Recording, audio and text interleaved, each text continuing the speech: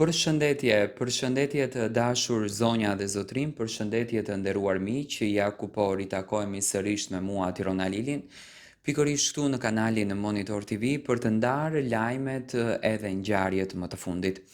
Në fakt, ditëve të fundit në qendër të vëmendjes ka qenë Gjesti, një nga personazhet që në fakt është komentuar pafund për historinë e tij që pati me kompaninë Onima, një nga historitë që zuri vend të rëndësishëm në median ros.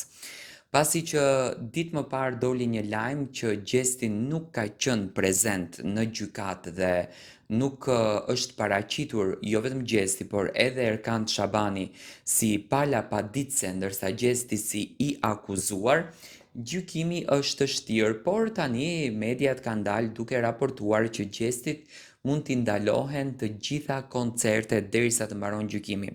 Unë në fakt kam arritur që të siguroj të gjithë ligjet se si vijojnë, do me thënë dhe a do t'i ndalohen Gjestit koncertet apo jo, dhe më pas do me thënë ta sqarojmë këtë histori.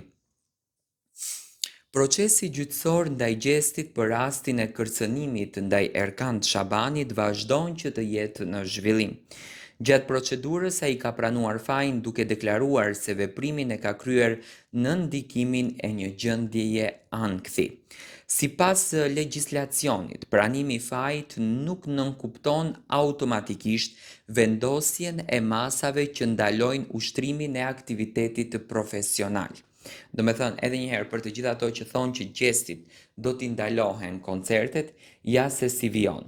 Nëse gjykata nuk ka caktuar një masë sigurie që kufizon lëvizjen ose aktivitetin e tij, koncertet nuk anulohen automatikisht, vetëm për shkak se procesi gjyqësor është akoma i hapur.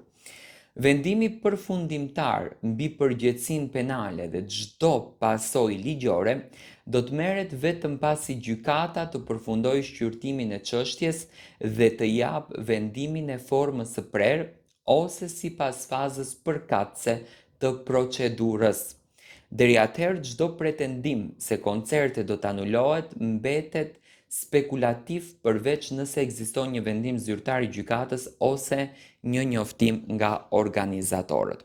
Do me thënë, deri më tani, gjykata nuk ka marrë një vendim për anulimin e koncerteve të Gjestit, por edhe nga deklarata që është dhënë deri më tash nga advokati i Gjestit, është deklaruar që do me thënë Gjesti gëzon fakte që t'i shpëton kësaj historie, sepse pa dëshirën e Gjestit, kompania Onima ka vazhduar kontratën, gjë e cila nuk është me miratimin e Gjestit. Do me thënë deri më tani, situata ka arritur deri në këtë stad, por që do të ketë anulim të koncerteve të Gjestit, nuk ekziston.